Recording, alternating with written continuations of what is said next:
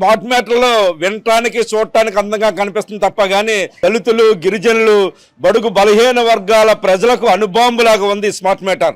ఇప్పుడున్న మీటర్లు చాలా చక్కగా పనిచేస్తున్నాయి. ఏ ప్రాబ్లం లేకుండా మీటర్లు ఎందుకు మారుస్తారని దళిత గిరిజనులు హెచ్చరిస్తున్నాం.